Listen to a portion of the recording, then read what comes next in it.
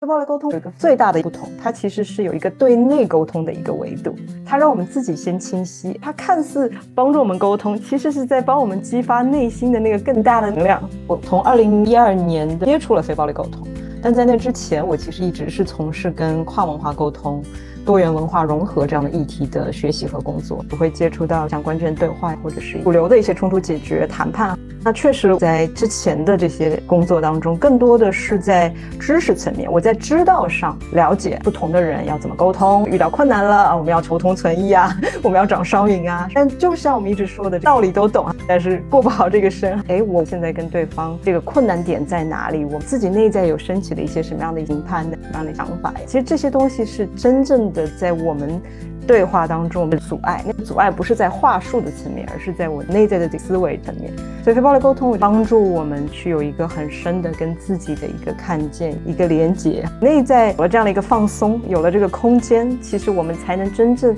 也能够看见对方。还有一个非暴力沟通重要的视角，就是我们不只是去听对方他是怎么说的，或者去看怎么做的，而是去了解他的行为背后他的渴望的部分，而这个部分跟我们每一个人内在都是相通的。所以我也能够在这个层面去跟对方有一个真正的一个打通，一个连结。那在这个层面我们建立了一个连结，这个连结可以帮助我们其实有了一个我觉得叫做情得通，就像中国人说的情不通就理不打啊。那个情通了，我们激发了各自彼此内在新的这部分的能量。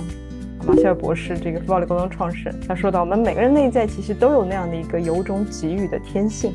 那我们把这部分的能量其实是激活了，所以这个是它非常不一样的，就是它看似帮助我们沟通，其实是在帮我们激发内心的那个更大的能量，带着那个更高的视野再来去面对我们的困难，再去合作，再去沟通。